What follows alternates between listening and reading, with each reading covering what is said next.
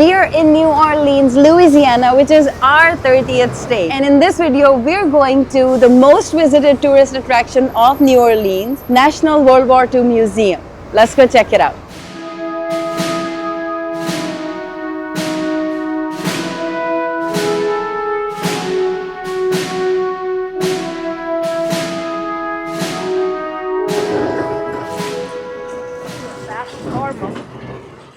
We didn't really do much research about it, but when we saw that there's a World War II museum, we have done World War I museum in Kansas City, Missouri, which was fantastic. We love World War II as a history. Our favorite movie genre is World War II, so we're going to take the boys, Hiz and Isa, and check that out. We are staying at Barnett, and we walked about 15 minutes to the World War II Museum. So depending on where you're staying in New Orleans, you may want to take a cab, especially if it's a little bit in the evening. National World War II Museum. I'm excited about this. Yeah. So we are inside the World War II Museum. Look at this. How awesome. We have been inside that plane in Long Island. But never seen this, like right up above your head. And like we said, we've been inside this, but to see how majestic this is from underneath it.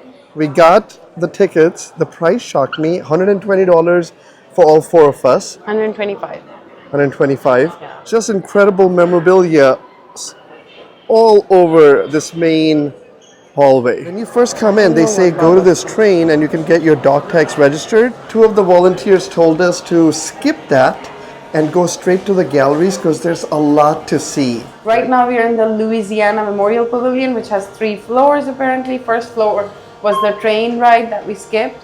Second floor has the Arsenal of a Democracy and Special Exhibit Gallery. And the third floor that we are getting off right now is the D-Day invasion of Normandy. As soon as you come to the third floor, you can see the airplane from the top. Hiz, what do you think of these models? You showed me the pictures and then I knew we had to go. So by the way, we were questioning whether we should come here. Based on how much time we had here, we were not planning a trip to museum because we know how we can take hours in a museum. But Hiz this guy saw the plane. And also, look at how the plane's wings fold. Yeah, on the aircraft. Did you see the cannons on the side? Yeah, those are so cool. So when you first enter, you kind of go through security. They just want to make sure you're not bringing any weapons inside. And then you get in this line, and this is the line for ticketing. Again, we'll put some pricing on the screen, but for 4 of us, we paid $125. There are 3 floors, like Alia said. We went straight to the top floor, so then we can go down. The top floor is D-Day. What Hiz and Nisa are looking at are the C-47, and there was also, it used to be called the Sky Train. There's also a video playing over there. Now, right behind this, on this giant wall, you can see the World at War from 1937 to 1945 display, a massive display. The headlines, Japan invades China. Starting off from here, we can look at the Sky Train. There's total 6 buildings, and if we do 25 minutes each, we can cover all of the museum in about 2.5 hours. Second building is Solomon Victory Theater. Third is Campaigns of Courage. Building number 4 is Liberation Pavilion. Building number 5 is US Freedom Pavilion. And number 6 is Hall of Democracy. I would recommend we go to the 5. Number 3, Campaigns of Courage, which is across the road. This one shows Road to Berlin Experience and Road to Tokyo Pacific Theater Galleries. So there's ship models all around. USS Arizona, USS Missouri. This one is the USS Megafen, APA 199. There's also a section on designing the C-47 that is hanging right above where you buy the tickets. Ooh. Check this out. Now that is a view. We can actually go down to the second floor. You have the 1940s Harley. These are the DKW NZ350 motorcycles. Check this one out. Simplex motorcycle. So Hiz pointed this painting out. It is really, really a neat painting. The colors, the waves, it almost feels like it's real that you're on that boat. Now we are entering the Arsenal of Democracy, the Herman George Brown salute to the home front. Upstairs is the D-Day invasion of Normandy. Actually, before going up there, we're gonna do the Arsenal of Democracy on the second floor. One soldier represents 3,000 service members. So each soldier, represents 3,000. So Japanese 850, American 335, and Germany 3,180,000. Yeah.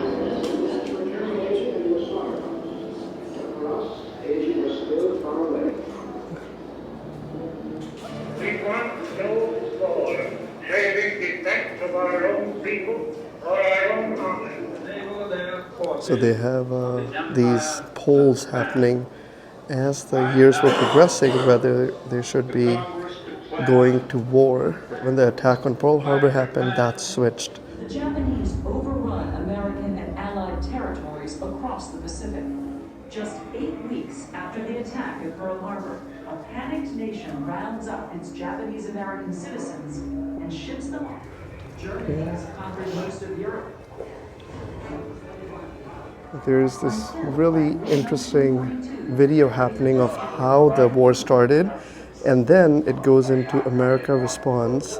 Exhibit continues. So we're gonna head over there next and see the headlines, all the newspapers of America responding.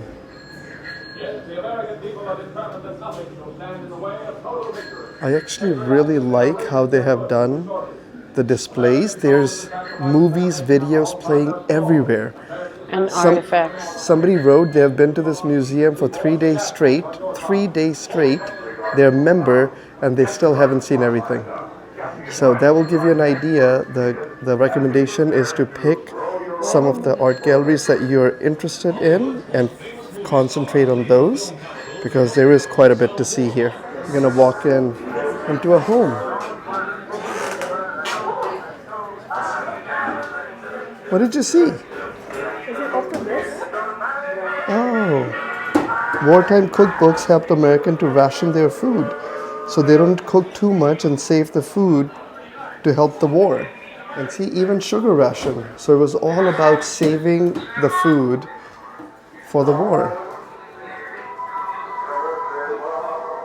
Oh, you check out the fridge. And of course they have bread. But it was all about stop wasting. So then all the efforts goes towards the war. So they have these replica home as an art gallery of what a US household was going through with rationing and trying to understand as all the servicemen were away fighting the war. So we're in the next gallery with a lot of artifacts and posters, uniforms. All the Japanese people who are living in America this is the Life in the Camps gallery. You can see there was a hunting license called Jap hunting license. This is incredible. A very tough part of the world history. Especially for their children. So the next room, it's all about training exercises, segregated service, African Americans, Japanese Americans, and these were the cars, how to identify aircrafts. And did you look up? You know, the detail in this museum is incredible. This identification tag embossing machine. And then the next gallery is all about manufacturing, and in this case, manufacturing victory. So here they are building Jeep, Dwight D. Eisenhower. Do I have this correct? Yep, Dwight D. Eisenhower. We have actually been in his Air Force One. So, have a lot of exhibits that are quite interactive between watching videos. Now his is welding a wheel. So this is the atom bomb. And you can actually know who that is. Robert Oppenheimer. So you can see rifles, you can see 105 mm howitzers, everything about manufacturing. Now, Fiz, just like me, love models. Fiz, that's a very neat model. What do you think? Very cool. So this is the Higgins boat production. It's based on a vessel designed for going through marshes. Oh, Based on. based on a vessel design going through, oh, Louisiana marshes.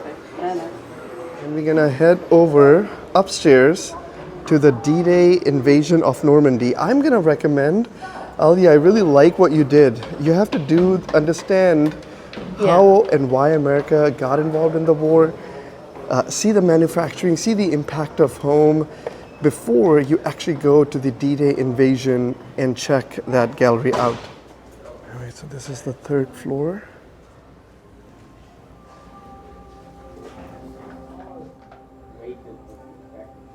So check this out. Is that, you can look through? 0, 45 degrees, 90 degrees, 135, 180. So the kids are reading up on D-Day. This was the bunkers. Again, a lot of this comes from watching Saving Private Ryan and understanding through a movie how complex it was to bypass all these machine guns and bunkers and get to the other side, defeat the enemy. So the mine-capped wood. Yeah, so there were mines. Cut through the hulls of the ship. Right, so all the boats coming in, you have to get through everything. And then once you get here, then the machine guns and the cannons would come after you. Also, but this is low tide. Yeah, so you can see the bunker. And here is a model of the bunker and how many floors the bunker had underneath. It's like a building in a hill. So in this gallery, the weapons used to defend the D-Day invasion versus the weapons over there that the Americans were using. It's a pretty interesting contrast between both. And then of course the Allied commander, Dwight D. Eisenhower, Naval Forces Allied Commander, Mallory. And you can see a full map of the D-Day beach and how the US and the British forces invaded Normandy. Another exhibit, that's the M3 grease gun. Members of the French resistance used those. This gallery of the D-Day, it's very somber and it really hits you hard of what the soldiers, the Allied soldiers, the US soldiers, the British had to go through. It's not easy. This gallery is not easy to go through. And even though we are walking through it fairly at pace, because we have a lot to see, I mean, this is, Any inch or corner that you stop and look at and start reading, you can easily spend quite a bit of time there because it's so detailed and it's so nicely put together. I just watched a video of Eisenhower saying okay for the battle to start. Silent rings over Normandy. Do you see the planes up above? Right. Yeah, that's how the invasion happened.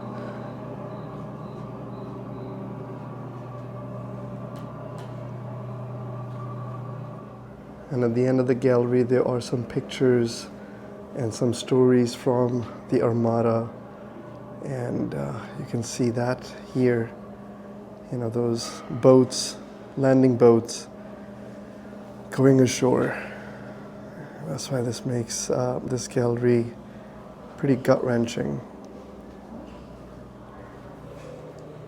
All right, so after the D-Day gallery, we're gonna walk over this bridge. So now you can see That's where we entered the bottom second floor gallery, the Arsenal of Democracy. These were the stairs that we came up on. And now we're going this way. This is the landing at the beaches. A German soldier who died, remember the bunker with the 5 floors? That's what war looks like. So remember I was talking about when they were coming, they had these barracks. And you can see what happened to a lot of these soldiers. A lot of soldiers lost their life that day. And they were trying to hide behind these metal pieces. Okay, so after the landing galleries, we're going to continue. There's a gallery on Omaha, Juno, Sword, and catching up with the kids. Yeah. At this point, we're about 1 hour into our walking around. We have done second floor, we're on third floor. I think we're done with the first floor. You have to come. Look at the detail. This is all green with a gun sticking out. Right? Like the detail in this museum and the videos that they have, personal accounts after D-Day. They're just incredible. After that, there was the Germany surrenders headline. That's the New Orleans paper. So this gallery with the headlines ends with a very somber note about the cost of victory. Hopefully it gave you enough of an idea what the galleries are. So we came back here to relook at the plane, but now we're going to cross a bridge. Remember the motorcycles? We're going to cross the bridge and go over to the other building. The reason World War II Museum is in New Orleans is because of the Higgins boat. And Dwight D. Eisenhower said that if this boat wasn't designed, and it was designed based on the marshes and the swamp boats, if this boat wasn't designed, then most likely the mission would not be successful. So what an incredible story. Plus, we also got a tip to go to buildings number 3 and 5. And that's how we were originally planning, based on the map. That's how we were originally planning our trip. So it's good to know that we were recommended the same thing. And now we're going to go through the American Spirit Bridge. So you can check out where we entered the museum, and now we're going to the other side.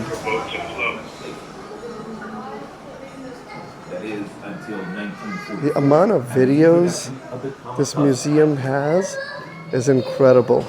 Campaigns of... That's just a walkway towards a building. Ali, what is it called? Campaigns on Course? Campaigns of courage. Campaigns of Courage and building number 3. These are Europeans and Pacific theaters. You can cross the street, or you can just take that bridge that we just took. So now we're in building number 3, Campaigns of Courage. If you go down, that's the road to Berlin, and up here is the road to Tokyo. So which one are we doing first? I think let's do Tokyo first, and then we'll go to Berlin. Let's do it. That's the road to Tokyo. So when you enter road to Tokyo, there's a number of screens. You can see those clocks up there. You turn around, we have a bunch of leaders. Hirohito. He looks very young, compared to some of the other leaders. I mean, like we mentioned earlier, there's so much detail. Every inch, every corner, there's one story with news on it, with some artifacts, with some movies, videos explaining the whole thing. Right now, it's so tough for us to just walk by everything and not pay attention to a lot of stuff that is so meaningful when it comes to learning about the history. That's the presidential unit citation. Now you can pick up these receivers and listen to some of the narrative, or you can look at the screens and touch. So it's very interactive. The museum has so many movies, videos, and displays. Here's another gallery about carriers, and then they have all these uniforms, medals, and of course, check out the machine guns.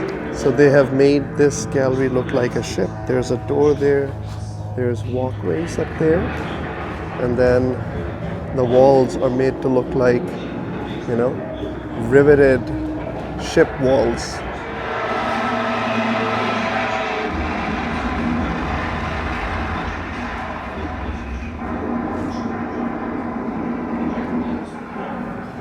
You saw that plane fall down? So we're gonna keep going. So this exhibit is called Guadalcanal. Right behind his is another cannon, the anti-tank gun M3A1. Check out the exhibit.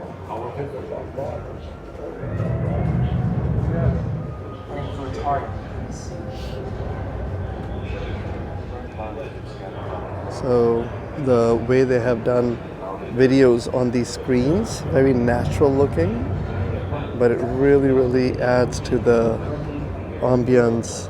It kind of feels like you're in the middle of a battle. The Savo Island and the Eastern Solomons. These galleries continue with Cactus Air Force, PT Boats versus Tokyo Express, the Battle of Cake. So this is your Imperial Japanese Army non-commissioner officer tunic and gun. Here's the B-42nd CB. Did you see the glove with the gun on it? Here's a display of a whole bunch of guns. Here's a flamethrower. Is that a bullet? That's a bullet? I found a bullet. Mom found a bullet. Like that, by the way, Alia, what you just pointed out will tell you The detail. the detail that they have in the gallery. Right? Like this gallery, this whole museum is detailed down to that level that if you're walking around checking the gallery and you see that tiny little spot there, you will see a bullet embedded in the cement. Thousands of soldiers and civilians. Here's another view of the lifeline of China and the 77 or 75 mm pack howitzer M1A1. You saw the video of the Japanese soldiers just shooting their captives. You saw that scene? What did you think? How did you feel? Because that was real. Have you ever seen a real person get shot on TV? That was real. Sorry, buddy. Also, what is that thing right there? That's somebody hiding in the tunnel. There's more battles. This is the Philippines lady golf battle. And you can see the videos playing in there.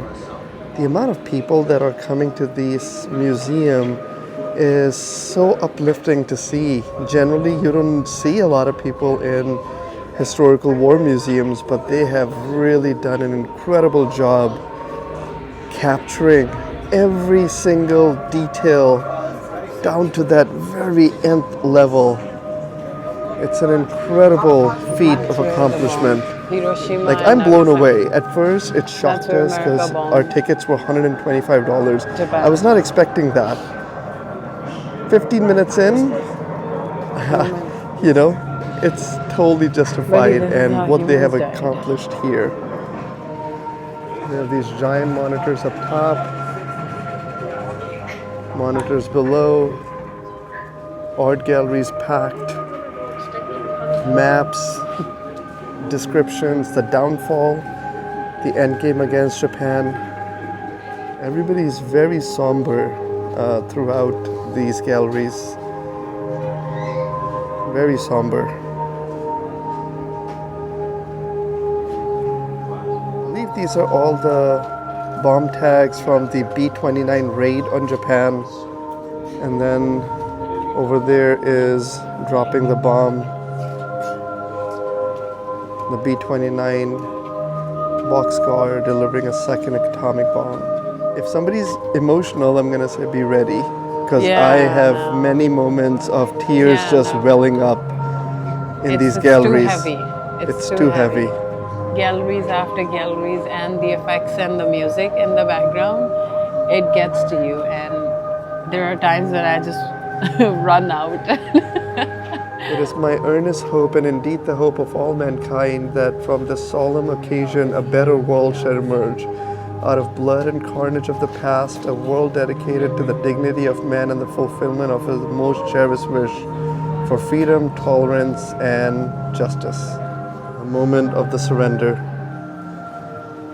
And now we're going to head down to Road to Berlin.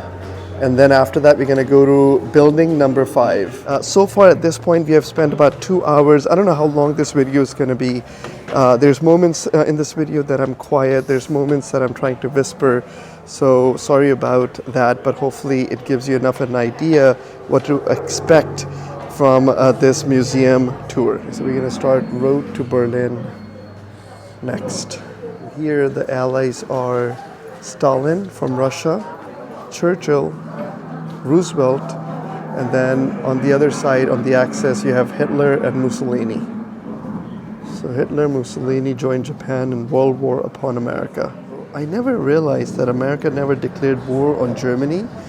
They declared war on Japan for attacking Pearl Harbor. And Germany and Italy said, okay, now we're gonna join forces against you, America. We're gonna enter weapons in Europe. Now look at this wall. Oh, that's incredible. Look at that shell. Weather PPK, Luger. Number 20 is a Luger. So where's number 20? That's a Luger. Learning to fight the enemy. Operation Torch. Bitter setback at the Kasserine Pass. You can see the difference between the Pacific and the Road to Berlin galleries, you know, with these rock formations advancing into Tunisia. Next up is the invasion of Sicily, July 10th, 1943. Operation Husky. The amount of detail is like each one of these texts. You start reading and you just become fascinated by what's happening. You know, if you're watching this and you're interested about coming to the World War II Museum, we highly recommend you're here first thing at 8:30, so you spend all 8 hours walking the galleries. Liberation of Rome is up next. The fight for the Gothic line next, or the Airmen galleries. Check out, a bomb has come through this bunker. Chris, did you see up there? Look at the bomb through the bunker. Area of massive guns on top of the bluff. The Atlantic Wall has been breached. Artillery, mortars, and 88s. The Americans are... That was a great video about D-Day. 4,700 Americans. August 25th, 1944, after days of brutal fighting, the German garrisons surrenders. No end in sight. Check out the uniform. And if you turn around, you can see the full gallery. Hitler's last gamble, Battle of the Bulge. There's an extremely famous battle. Surprise attack, the North Shoulder. So now, of course, we are getting closer to Berlin. You can see the snowy landscape, the Opel sedan, and we're reaching Cologne into the German homeland. Here is the final assault for American soldiers in a Prussian war city. Some will join the fight continuing in the Pacific. Others will remain to oversee post-war journeys. Okay, so now we are heading towards the Liberation Pavilion. So in total, 16.4 million Americans served in World War II, fighting to preserve the freedom around the world. Oh, Diary of Anne Frank. And then they came for me. On the other side, persecution in flight, life in exile. So, whole gallery with furniture and tables showing the life of Jewish Germans who lived there. Of course, the very famous picture. Friday, October 29, 1942. My nerves often get the better of me. So after the Anne Frank Gallery is the Holocaust galleries. Okay, so we walked through the Holocaust galleries rather quickly. One of the volunteers said could be too heavy for his and Isa. So now we're going to find our way to building number 5, Alia? Yeah. So on the map, this is where we just walked through. And we're going to head over to building 5. Okay, so after these galleries, we're gonna go to the third floor. There's a bridge there that's gonna get us to gallery number 5. Okay, so we're here. Alia's leading the way. This is the Freedom Pavilion. New standards of justice, great responsibilities, equal jobs. Penicillin was invented, space exploration. In total, we have spent now about close to 3 hours here. Liberty Bridge, and we gotta cross into building number 5, which is again the U.S. Freedom Pavilion, the Boeing Center, and that's where all the aircrafts are. We have been to way too many military aviation museums, but never have we had the luxury of seeing these aircrafts as they are flying. And to see these aircrafts up in the air, hanging from the ceiling, is incredible. There's a P-51D Mustang down below. I like when the kids are like discovering things on their own. I am fascinated by this one. I think this is my favorite. And that gunner bay at the bottom, I am sure that's probably not a great place to sit in that small section. But man, there's also another bridge up top that you can take. But at this point, we're gonna start to like head down, check out some of the planes on the bottom. There have also some vehicles, some military vehicles there. Yeah, seems like the final mission, USS Tank Submarine Experience, is closed. Oh, the guy just sent us here. WC-56 command car. There's also a couple of vehicles down here. We just looked at that Jeep. I'm going to call that a Jeep. It's not a Jeep, but it's a command vehicle. And there's a few bombs here. There's 4 bombs. One's falling down. And then that is one heck of a sight. It's actually a Cullen cutter for Sherman, the Rhino, also known as Cullen cutter. Look at the thing in the front of it. And here is what the shop looks like. We're just gonna run and show you guys a little bit. A lot of military flags, t-shirts. There's some Monopoly, World War II Monopoly. Oh, that is actually very neat. Yeah, I wanna see the back. Look at that. They have a lot of We Can Do It merchandise. That was a cool t-shirt. Yeah, we just wrapped up a 3.5-hour walk, and I am blown away. If I have to describe this experience that we had today in one word, I would say it was overwhelming. It is something that you definitely want to experience. You do not want to miss out. If you were here, or even if you want to plan a trip to New Orleans for this museum, it's highly recommended. Thank you so much for watching this, and take the tip. Make sure if you want to come here at 9 o'clock so you can experience all 8 hours of it. On that note, we're going to catch you guys in the next one. Bye for now. Bye. So we are in New Orleans today, in Louisiana. And in this video, we're going to take you, and in this video, we're going to take you to the most tourist. Today we are going to go, and in this video we're going to visit, the most visited, and in this video we're going to tour. We're going to the most, okay, I got it.